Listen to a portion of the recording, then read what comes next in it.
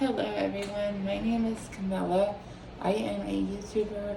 I create transgender related content on YouTube. I used to review vapes. That was what I did before I started covering detransition topics and transgender topics. So that's kind of my niche, and I'll occasionally upload like a guitar video. Some people know me as Aaron. That was the name I was born as, Eran. But I changed my name to Camilla legally. Anyhow, I make videos about these topics mainly to help other people. I have monetized my channel, but I'm doing so only to help myself grow the channel and pay to get these videos edited. That is my goal and my channel. That is just a side note for all of my main followers. I'm making a video about how society perceives or treats a transgender woman in society. I'm going to share from my experience and what I've lived. It's biased, it's my experience, but I hope it can help someone. Anyhow, when a transgender person first starts their transition, I'm going to be talking about 18 and up only transitions, because I do not support kids transitioning. That's a big no-no. I do not support that. But as a young adult, the younger you start, the more results you'll get. But when someone begins their transition, they're going to have a more difficult time in society, and the first 1 to 3 years can be really rough. I say that for a couple reasons. Mainly employment. You're going to get discriminated against. Going out in public, you're going to get stared at and looked at funny, especially by children and women. Men will not make eye contact with you. Also, you're more prone to violence depending on your appearance. And unfortunately, in this world, your appearance, if you're a trans person, your appearance really matters. It's what gets you acceptance in the society. The first 1 to 3 years, you go through getting your facial hair permanently removed. You go through your first, couple, 2, 3 years of hormones. Your first year of hormones is a real doozy. It's not easy. You go through so much change. You grow breasts. You literally do go through a second puberty.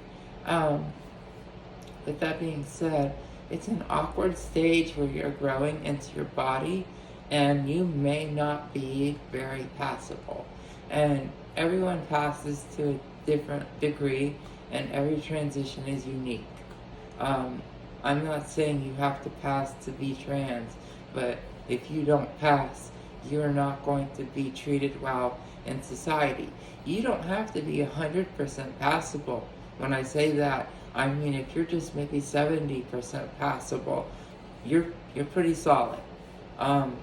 Society's going to be nice to you, and even if people can tell you're trans, they usually don't mention it, and they hire you at employers when you're later in your transition. Once you've legally changed your name, you've legally changed the sex on your driver's license and your birth certificate.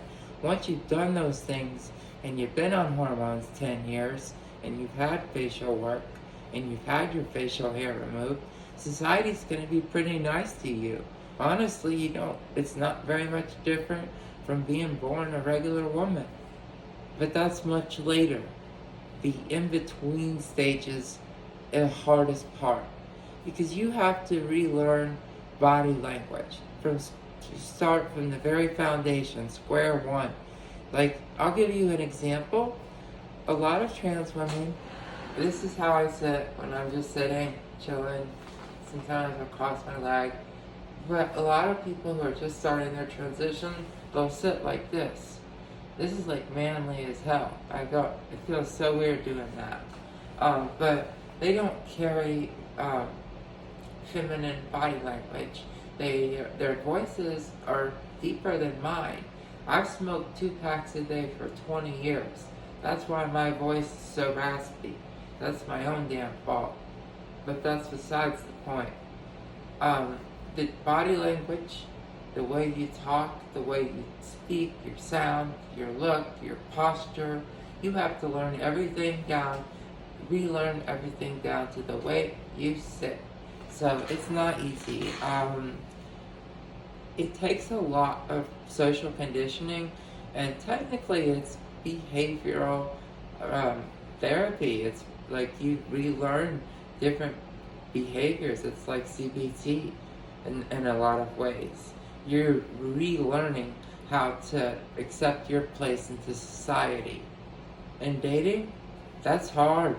Finding a man that actually doesn't see you as an object, or finding a man that isn't already married but sees you because his wife doesn't have a penis and that's his kink. He has to seek extramarital affairs with transsexual women. That happens. And you can rack up a really high body count as a trans woman because you're going to go through a lot of people before you find a quality suitor or a quality boyfriend or girlfriend. I don't know much about dating women. I actually am currently in a relationship with a trans woman, but what I will say is like 95% of my dating experience has been with men. My high school sweetheart and one other girl. I've only dated 3 women in my life, so mainly men. You get treated as an object sexually by most men, and once they finish, they're not really interested in you. They kind of pressure you sexually. They see you as a sexual object and not a person. It's difficult because that affects your psyche rather. That affects your mental health. You have to be strong. You have to go to therapy. There's a reason there's a lot of psychological comorbidity with being a transsexual, because transsexualism is gender dysphoria. It used to be called gender identity disorder in the DSM-4, and they made it sound nice and pretty in the DSM-5 and called it gender dysphoria. It's a medical condition. It's a psychiatric condition. And modern medicine, prescribing cross-sex hormones and giving these surgeries is the best science has to offer to fix gender dysphoria.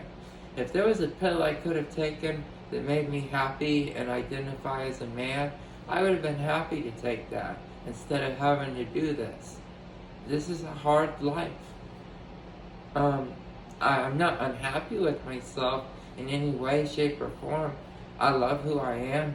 I'm proud of myself.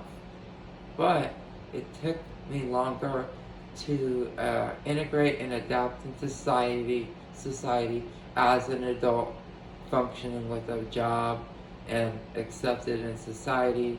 I dealt with getting misgendered, and that's something when you're early in transition, you're going to get called he. If you're a trans woman, you're going to get called he, him pronouns by the public because that's what they see you as.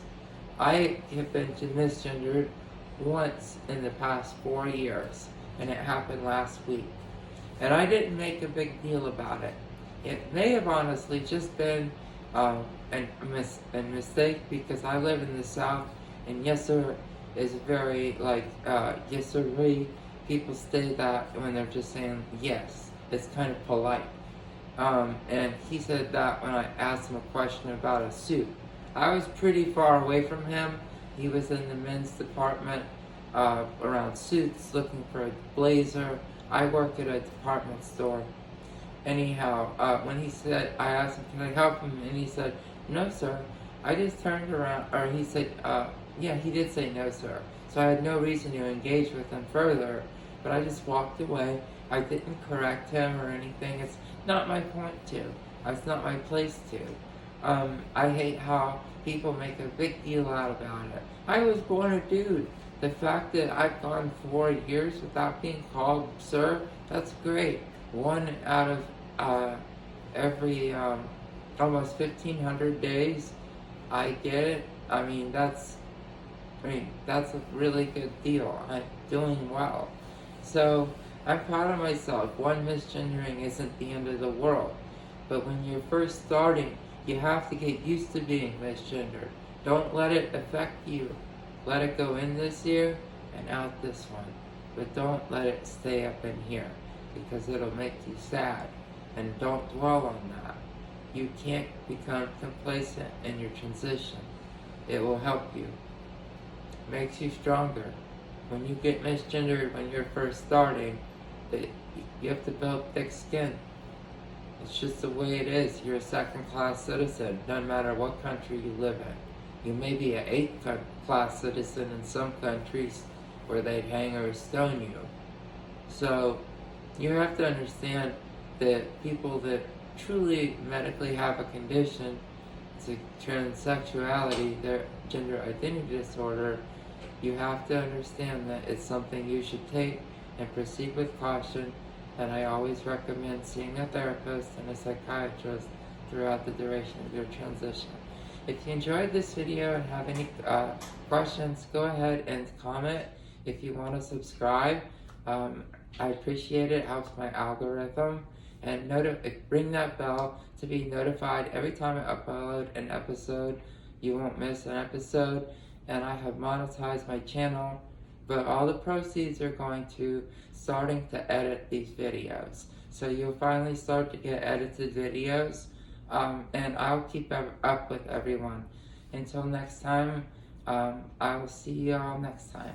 Bye bye. Thanks again.